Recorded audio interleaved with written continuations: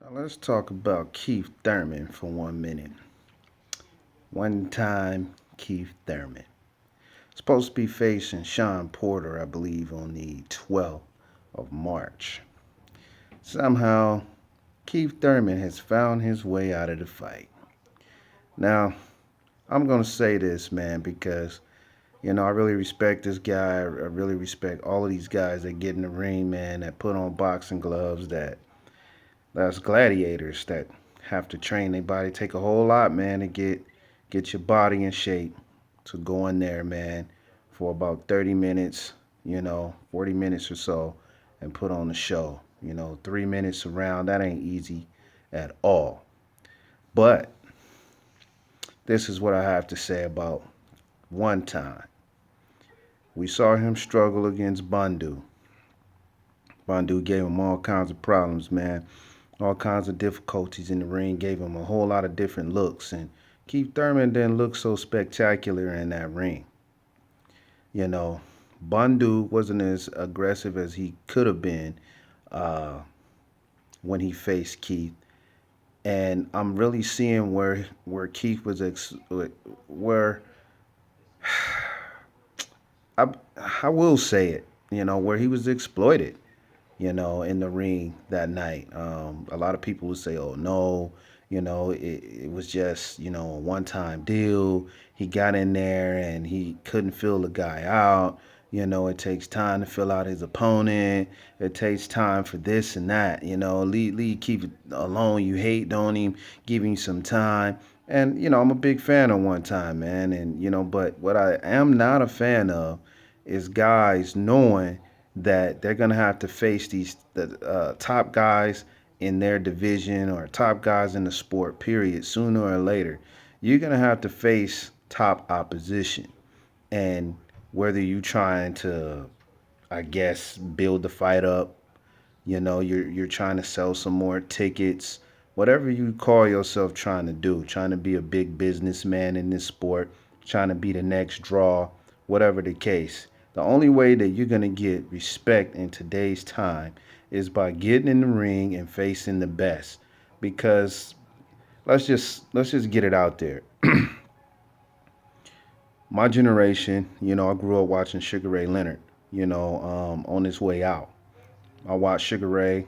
Always been a fan of Sugar Ray. Always felt that he was the best. He's in my top five fighters of all time, right? We saw these guys in the ring fighting the best, But let's. How many minutes I got? 2 minutes. I got. I'm 3 minutes in. So, look, we saw these guys getting in the ring. Now, this is my thing to determine who's great.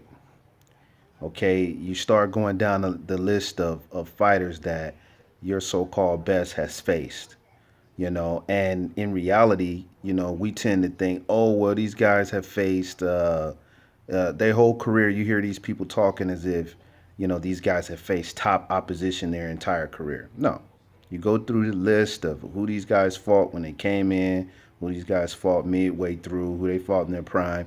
You'll start coming up with the truth.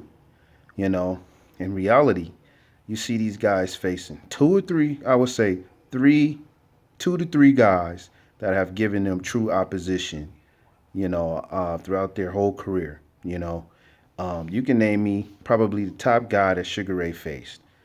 Top 2 guys, top 3 guys. Hagler, Tommy Hearns, and Roberto Duran. You start going through those lists of you go through his list, you're gonna see those were his top guys. You know, uh, you can go through Floyd, you can go through Muhammad Ali, you can go through, you can go through all of the greats, Mike Tyson, everybody, and you'll start seeing where they only had 2 to 3 guys that were top opposition. Um, where Keith Thurman, I'm getting off topic a little bit because I'm getting upset with these guys. They don't want to face the top opposition. They want to, and we can kind of thank Floyd for that, and that's being sarcastic. We can thank him for that because Floyd has turned this thing into a big time moneymaker, where guys want to get paid up front. They don't want to put in the footwork, They don't want to put in the longevity. They don't want that. They want the fame and the fortune right now. And in some cases, they could care less about the fame. They just want the fortune. They want the money. And I love Floyd, man. I'm a big fan of Floyd. Watched his whole career. I used to hate the guy like all the rest of you guys are starting to do right now. I used to hate him. I'm a big Oscar De La Hoya fan, always have been.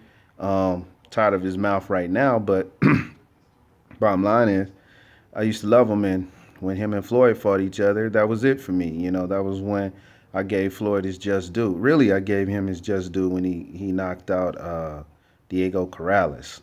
But I was still waiting for somebody to beat him. And I thought Oscar had a shot, and he wasn't ready. Or he was ready and he just didn't follow through with the game plan. You don't switch trainers midway through, training camp. You go from Floyd Sr. to Freddie Roach, and this is what you get. So he was in top shape for the fight, and he switched game plans midway through. But, I'm looking forward to seeing these guys get in this ring and get the respect from this generation that has been exposed to already seeing uh, the top notch best the sport has to offer. Now we just want to see you fight. We could care less about the money. We could care less about all of that stuff. We know the details. We know about all of the hustle and the grind, all of that. But we ready to see the best fight the best because boxing has hit the reset button. We starting over with a whole new group of guys, that are now becoming the face of the sport, that are gonna be either, the bad guys of the sport or, we got some of the heroes of the sport coming. We don't know who's who right now because Floyd is gone and all we got left is Canelo Alvarez and yeah, it's a lot of guys. I don't want to sit here and go through the whole list of fighters. I'm down to my last minute, guys. I like to keep these at 8 minutes. But I'm extremely pissed off with the fact that Keith Thurman has found his way out of this fight with Sean Porter. I saw where Sean Porter had some challenges in there with Adrian Broner. He was extremely sloppy. His footwork is bad. Timing ain't all that great. He does a lot of grabbing and holding and wrapping up and trying to bully you, and swinging wild and things of that nature. And Keith Thurman does too, but he's a lot more poised than Sean Porter is. But I think he sees something there with Sean Porter, man. I know he does. And it's not a good look for him right now in training camp. First of all, you can't simulate that style.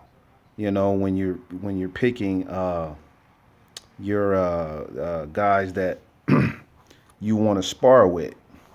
You can't simulate that style of boxing. So it's gonna be a challenge for him to get in there and just try to put blessed hands on Sean Porter, man. And he knows it. He knows he needs more time in training camp. So he's trying to back out and he's trying to probably give himself another 30 days, to recuperate and add some more to his arsenal. But he's going to have to use a lot of skill in that ring. He's going to have to turn his opponent a lot. And Sean Porter is not one of those guys that you can do that with. You're gonna have to work on punching going backwards a lot because Porter likes to force impose his will on you. You're gonna have to utilize that jab, and that ain't enough to keep Porter off of you. He already has seen a lot of that throughout his career, and he's ready. So you're gonna have to do some pot shotting. You're gonna have to, land those hooks. You're gonna have to land that, and bottom line is you're gonna get something coming back, from Porter. So the game plan is gonna have to be supreme, and he knows that right now he's definitely not ready. So anyway, man, I'm over my 8 minute mark, way over. I'm at 9:30 right now. So, man, tell me what you guys think about this Thurman Porter thing, man. I'm really upset, that it's not happening on that date, or, I haven't heard anything fresh since. So anyway, get back at me, man. Let me know. Peace.